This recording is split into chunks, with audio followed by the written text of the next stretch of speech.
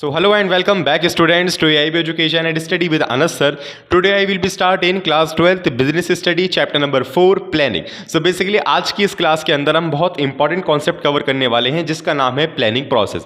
So basically हम ये तो जान चुके हैं कि प्लानिंग एक बहुत ही इंपॉर्टेंट रोल परफॉर्म करता है हमारी बिजनेस एक्टिविटी के अंदर, हमारी ग्रोथ के अंदर एंड हमारी ओवरऑल परफॉर्मेंस के अंदर. अगर हम एक प्लानिंग को बहुत ही अच्छे तरीके से हर एक चीज़ को स्टडी करते हुए, हर एक चीज़ को ऑब्जर्व करते हुए, नेगेटिव पॉइंट पॉजिटिव पॉइंट्स को सभी चीज़ों को जानते हुए एक बेहतर तरीके से प्लानिंग बनाते हैं तो हमारे चांसेस इंक्रीज हो जाते हैं अपनी गोल को अचीव करने के लिए. सो इस प्लानिंग को बनाने के लिए भी हमें कुछ स्टेप्स दे रखे होते हैं कि अगर हम इनको फॉलो करेंगे तो हम और अच्छे से प्लानिंग बना सकते हैं. तो वो स्टेप्स में हमें फर्स्ट ऑफ ऑल ये दे रखा है सेटिंग ऑब्जेक्टिव्स. देखो first of all whenever we do any work we establish our goal and standards. यानी किसी भी काम को करने से पहले जब आप अपने स्टैंडर्ड्स को निर्धारित कर लेते हो, अपने गोल को निर्धारित कर लेते हो कि यार मुझे ये गोल अचीव करना है, मेरे स्टैंडर्ड्स ये रहने वाले हैं, मेरा ये टारगेट रहने वाला है, पर यार मुझे इतनी सेल करनी है या इस दिन के अंदर मुझे इतने टारगेट्स कंप्लीट करने देना. ओवरऑल सबसे पहले आपको क्या करना है, अपने सेटिंग करना है अपने ऑब्जेक्ट की, यानी अपने ऑब्जेक्टिव को डिजाइन कर लेना कि भैया मुझे ये तो चाहिए. ठीक है, तो फॉर एग्जांपल यानी कि हमारा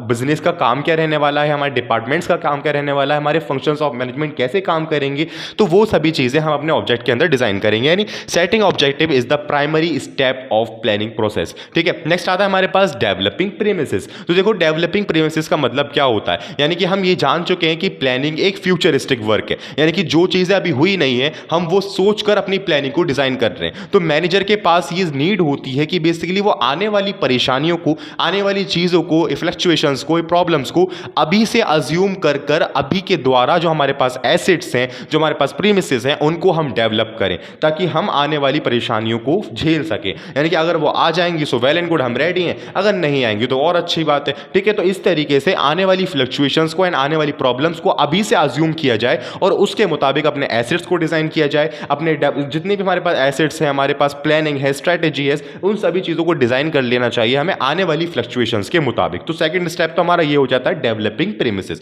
ठीक है, तो देखो developing premises is the second step of the planning process. As we know that the planning is futuristic work, यानी कि हम ये जानते हैं कि फ्यूचरिस्टिक वर्क है भैया ये. दैट इज वाई, यानी इसीलिए मैनेजर डिजाइन करते हैं अपने एसेट्स को currently assessing the problem and fluctuation that may occur in the future. यानी कि जो फ्यूचर के अंदर आने वाली फ्लक्चुएशन प्रॉब्लम्स है उनको करंटली अज्यूम करके अपने एसेट्स को डिजाइन करते हैं मैनेजर्स एंड अपनी स्ट्रेटेजी को बनाते हैं, प्लानिंग बनाते हैं बहुत ही इफेक्टिव तरीके से. नेक्स्ट आता है हमारे पास identifying alternative course of action. तो देखो स्टूडेंट्स, मैं आपको बता देना चाहता हूं कि जो हमारे प्लानिंग के स्टेप्स हैं वो सभी आपस में ना लिंक है. तो आप समझते हुए चलना कि पहले तो क्या करा हमने, अपने ऑब्जेक्ट को डिजाइन करा, अपनी सेटिंग ऑब्जेक्टिव करी. नेक्स्ट हमारे पास जो आने वाली प्रॉब्लम्स हैं, फ्लक्चुएशंस हैं, उनको हमने करंटली मानते हुए सभी चीज़ों को, अपने एसेट्स को डिजाइन करा कि यार हमारे पास ये चीज़ें हो सकती हैं, आने वाले समय में ये परेशानियां आ सकती हैं, तो हमारे पास ये एसेट होना चाहिए, हम टेक्नोलॉजी का यूज़ करेंगे, हमारे पास ये इन्वायरमेंट में चेंज आ सकते हैं लाइक टैक्स इसके अंदर, तो हम क्या करें. सो उसके मुताबिक अपनी चीज़ों को डिजाइन किया. अब हम ये देख रहे हैं कि बेसिकली जो हमारे पास मल्टीपल रास्ते आ गए हैं, यानी मल्टीपल रास्ते आ गए हैं, उनमें से किसी एक रास्ते को चुनना. यानी कि किसी भी काम को करने के बहुत सारे रास्ते होते हैं, उनमें रास्तों में से किसी एक बेस्ट वे को चुनना, यही identify alternative course of action का पार्ट है. और ये हमारा थर्ड स्टेप्स ऑफ प्लानिंग भी होता है. तो this is our third step of planning process under which we choose one way from many ways, means it is identify alternative course of action. यानी मल्टीपल कोर्स ऑफ एक्शन के जो veg जा रहे हैं उनमें से किसी एक को आइडेंटिफाई कर लेना और उसको चुन लेना. अब देखिए जैसे फॉर एग्जांपल आपने क्या किया, आप अपने घर जा रहे हो और घर जाने के लिए आपके 3-4 रास्ते जाते जाते, तो उन 3-4 रास्तों में से आपने एक रास्ते को चुन लिया. ठीक है, आपने एक रास्ते को चुन लिया. अब उस रास्ते के जो आपने चुना है उस रास्ते में भी आप ये देखोगे कि यार यहां से जाने में मुझे कितना फायदा होगा और कितना नुकसान होगा. यानी कि आप उसका पक्ष भी देखोगे और विपक्ष भी देखोगे. तो यहीं पर हमारा फोर्थ स्टेप क्रिएट होता है, एवल्यूएटिंग ऑल्टरनेटिव कोर्स ऑफ एक्शन. यानी कि जो आपने एक आइडेंटिफाई करके एक वे चुना है, उस इस वे को भी अब बहुत ही ज्यादा स्टडी करना, ऑब्जर्व करना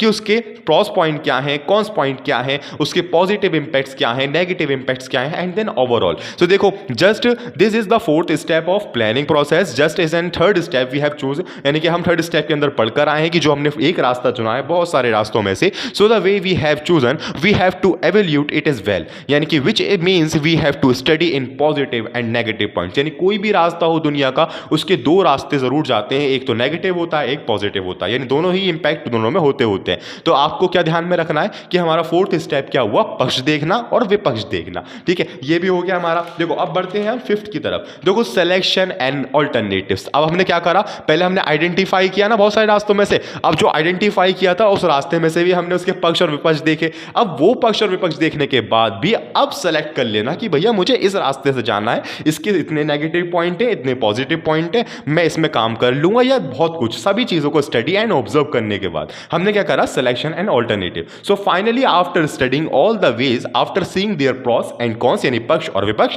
and after setting the object we take the decision that how do we work and through which way do we do it. So basically अब हमने क्या किया, हमने सभी चीजों को ऑब्जर्व किया, हमने रास्तों को चुना, आइडेंटिफाई किया, अपने डेवलप किए प्रीमिसेस, अपने सेटिंग्स को यानी ऑब्जेक्ट को सेटिंग करा, हमने सभी चीजों को हमने बढ़िया कर लिया। अब हम क्या करेंगे, सेलेक्ट कर लिया। अब हमने सेलेक्टन भी कर लिया। अब देखिए क्या होगा कि हमारा सारा काम तो यहां पे हो गया, यानी अब तक जो हम काम कर रहे थे वो प्लानिंग के ऊपर कर रहे थे कि हमें किस रास्ते से कैसे और क्या काम करना है। अब वक्त आ चुका है कि अपने प्लान को इंप्लीमेंट करना, यानी कि काम के अंदर लाना। जो जो चीजें आपने डिजाइन करी हैं, जो रास्ते आपने चुने हैं, जो कुछ भी आपने किया है, अब उसको प्लान के मुताबिक करना। सो बेसिकली ये हमारा सिक्स्थ स्टेप बन जाता है। Now the time is now to convert your plan into action which we do in the sixth step which is named implementing the plan. So यही हमारा छठा स्टेप है कि जो आपने प्लान बनाया है अब समय आ चुका है उसको एक्शन में कन्वर्ट करने का। नेक्स्ट आता है हमारे पास और लास्ट स्टेप है हमारे पास फॉलो अप एक्शन, यानी कि जो आपने फर्स्ट स्टेप के अंदर अपने ऑब्जेक्ट डिजाइन किए थे, गोल्स डिजाइन किए थे, standards, targets and then many more आपने चीजें डिजाइन करी थी, अब समय है कि उन सब चीजों को फॉलो करते हुए अपने प्लान को इंप्लीमेंट में लाना और हर एक वर्क को करना, यानी कि अपने प्लान को फॉलो करना और हर एक चीज को अपने प्लान के मुताबिक करना, स्ट्रेटेजी के मुताबिक करना, तभी हम अपने गोल को बहुत ही अच्छे तरीके से अचीव कर सकते हैं। सो ये था हमारा seventh step and last step of planning process. So hopefully आपके सारे डाउट्स क्लियर हुए होंगे। फिर भी किसी भी पॉइंट में या किसी टॉपिक के अंदर कोई डाउट बच गया हो तो आप मुझे जरूर बताइएगा। मिलते हैं नेक्स्ट क्लास के अंदर एक नेक्स्ट एंड इंपॉर्टेंट टॉपिक के साथ, अपने ब्रीफ बेस्ट एंड शॉर्ट नोट्सों के साथ। Thank you.